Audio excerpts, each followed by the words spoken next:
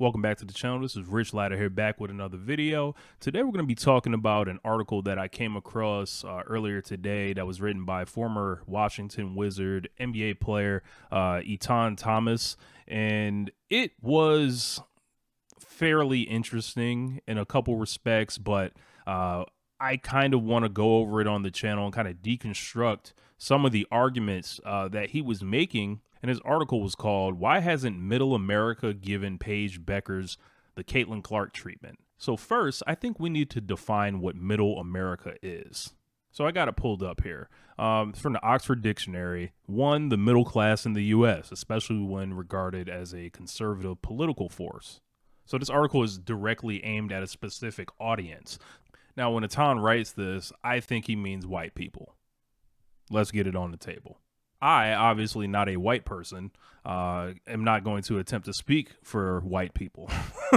However, I think that some of his points in this article come off as a collection of Twitter arguments. And in general, this style of content that we've seen rise of late, a lot of it has, been associated with Caitlin Clark, is very low effort in my opinion, because it operates under this imaginary premise of everything and everyone being equal when we know that is not life. That is not, fair is something I go to and get some fried dough from, or a corn dog, or chicken bacon on a stick and ride the rides. That's what fair is. We heard Molly Karam ask about the Indiana Fever scheduling. Is it fair to the other teams in the W? We got to get off of that. Cam Newton recently did the same thing where he was saying, why isn't Juju getting what Caitlin is getting? I think all of these arguments basically stem from people not understanding why Caitlin Clark is captivating. They all do the same thing. It's a pattern. They list the achievements. They add a racial element. But what they don't add is the fact that sometimes someone is just tapped on the head as the special one, as the one with the juice, the thing you can't explain, which is why they don't explain it, or they skip it altogether. She's the one, the special one. So let's get into the article. Let's talk about some of the specific stuff here. We're going to read it together. So you can see it right here. Why hasn't Middle America given Paige Bueckers the Caitlin Clark treatment? So he basically says Paige Bueckers, the probable #1 pick in this year's WNBA draft, is a brilliant talent, although she may not want you to point that out. And she said everyone was focused on me and what I did at UConn my freshman year, she said during last year's tournament. But I think it's more important for the game to share the spotlight and grow the game and show all the stars of college basketball and not just focus on one particular player, whether it be me, Caitlin, Juju, Angel. There's so many names in college basketball that are huge, stars that deserve the credit. He then later talks about, praises due, lists the achievements, basically framing it as this is why she should get all this stuff, like Wooden Award, Naismith Trophy, AP Player of the Year, USA Basketball Player of the Year, blah, blah, blah, Final Four appearance. So from there, it goes into their injuries. I think this is a thing that did hurt Paige Bueckers' momentum. The, tearing the ACL and missing the, 19 games, in the previous season.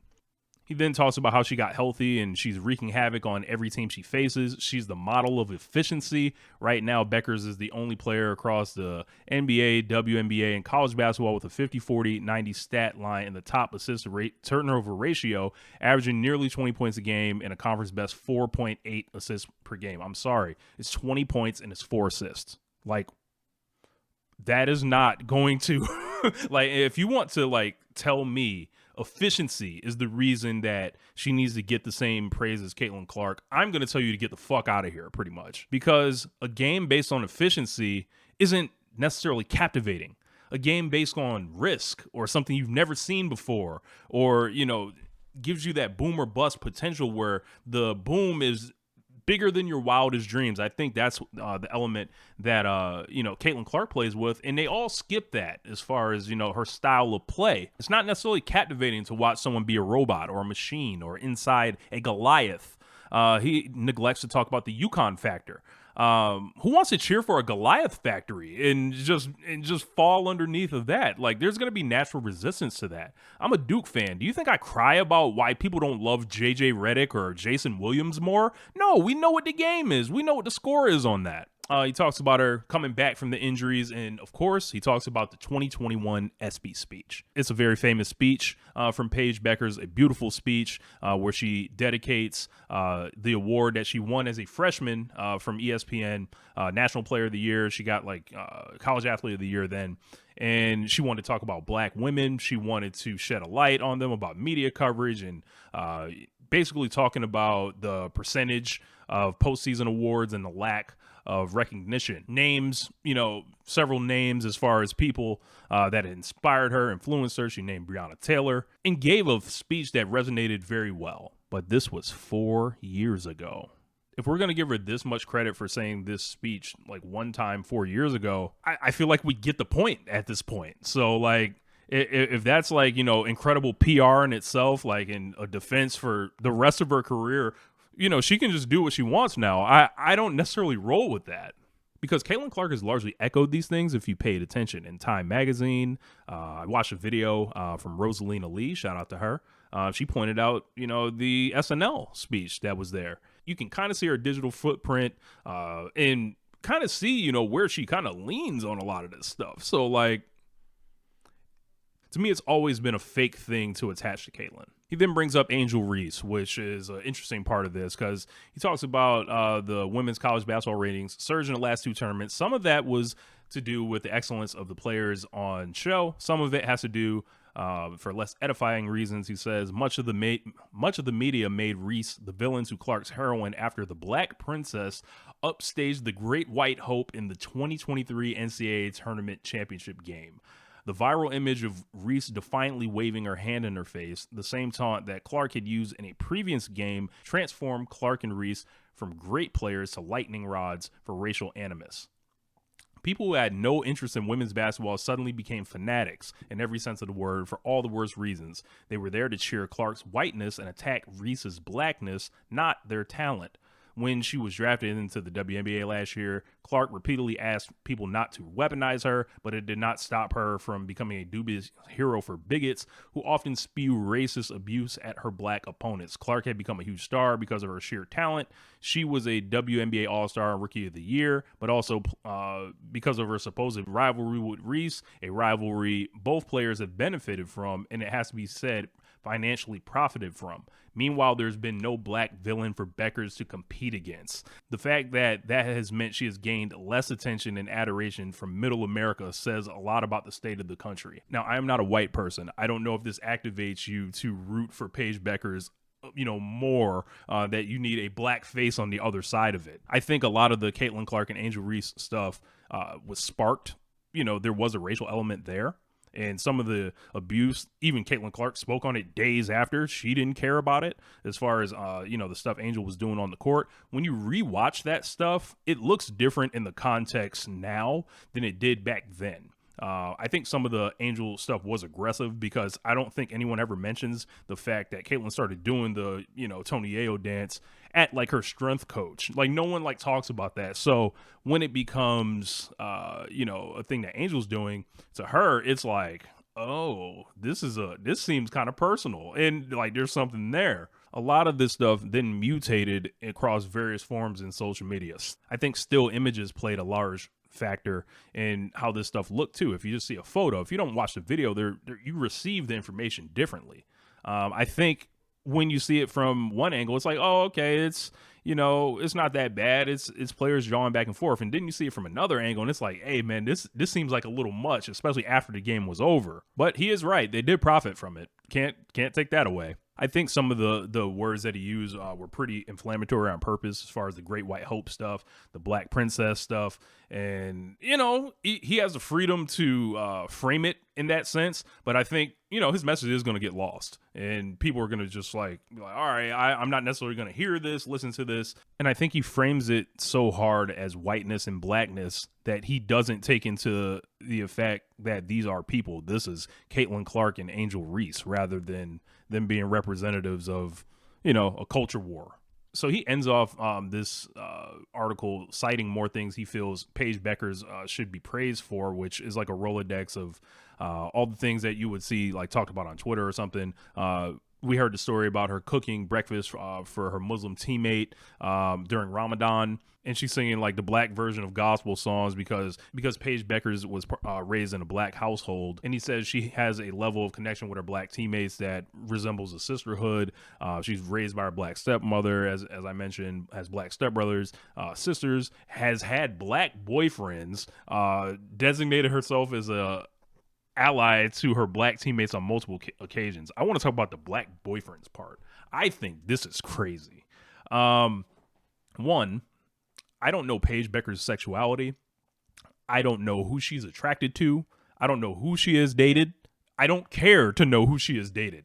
I don't know where he got this information. He might want to cite this because, like, I had no previous knowledge of any relationship status for Paige Bueckers. When he brings up that as something that people might not like, the black boyfriends thing, I think he is not thinking about the other side of that, where, oh, so if that's something not to like, then maybe that is something to like for other people. That makes me think if you're going to praise somebody for who they date, you might not necessarily take it well if they are dating someone you don't approve of.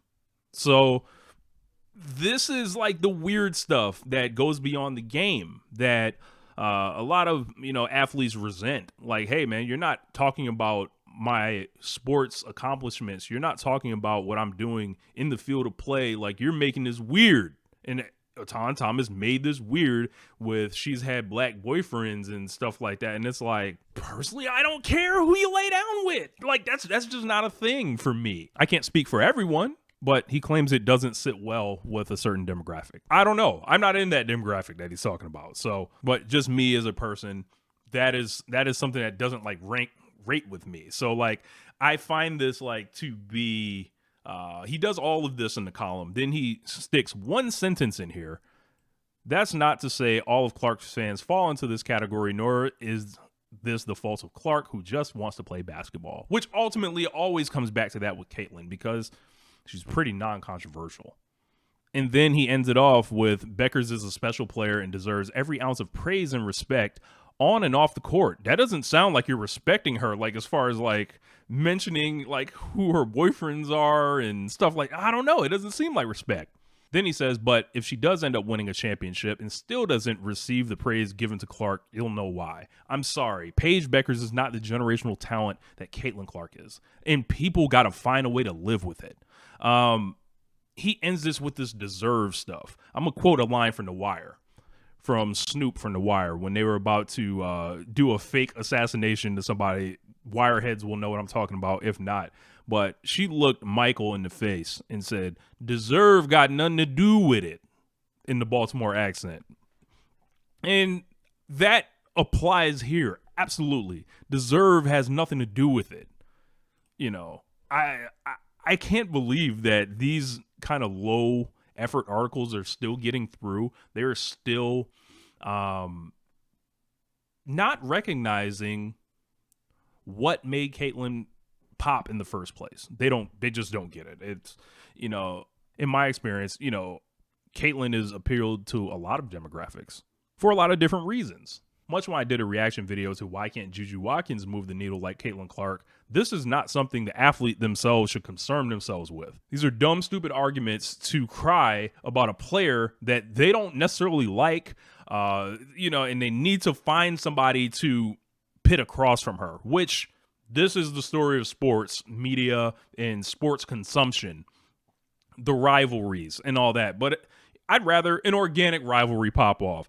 All the things you could have said about Caitlin Clark and Paige Bueckers, you could have talked about them facing in the NCAA tournament twice. He didn't bring any of that up. He could talk about Caitlin Clark wanting to go to UConn and basically Paige being the person that Gino chose and it being a litmus for a potential rivalry. He neglected all that. He took all lowest common denominator information and basically wrote what I just previously termed as a collection of tweets from people. I think Etan Thomas can do better than this. I've seen his content across social media before. I've seen his Instagram page. Gives out a lot of great information.